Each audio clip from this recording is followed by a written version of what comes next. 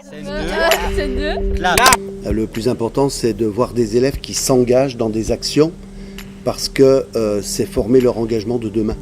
Et en fait, on fait des projets individuels, donc chacun des fois peut repartir avec sa petite fabrication, ou alors des gros projets collectifs.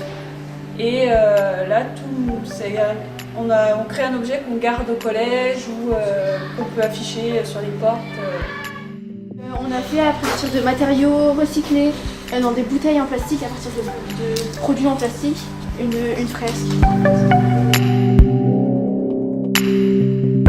C'est eux les citoyens dans 10 ans, dans 15 ans. Nous, la terre, elle ne nous appartiendra plus. Ça fait depuis 2016, je crois, qu'on fait le compost dans le collège.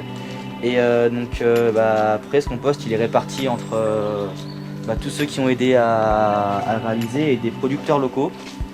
Et l'année dernière, on a récupéré 300 litres de compost, ce qui est tout à fait énorme. Donc l'idée du compost, c'est venu des élèves. Donc à partir de là, on a mis en place le compost, on a mis en place le jardin et ce genre de choses. Quand les élèves se sont rendus compte que même pendant les vacances, alors que le collège était fermé, il y avait beaucoup d'électricité qui était consommée inutilement.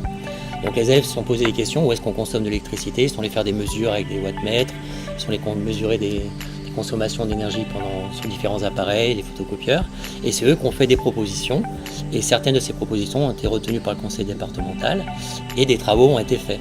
Et ce que je trouvais intéressant, c'était de faire réfléchir les élèves sur quelque chose de concret, que ce soit eux qui proposent et qui voient le résultat de leur proposition.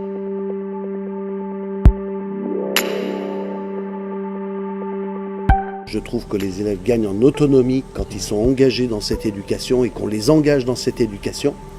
Et puis aussi, ça permet d'améliorer considérablement, je pense, le climat scolaire. Ce sont des élèves engagés qui vont participer à un événement d'engagement mondial. Je sais pas trop comment dire, mais ça va avoir un impact sur la suite des projets. Peut-être que j'aurais envie de changer de métier pour me consacrer à ça. Peut-être que c'est... On se sent peut-être plus concerné Ouais, voilà. la solution. Faut pas attendre la COP surtout pour mettre en place des solutions.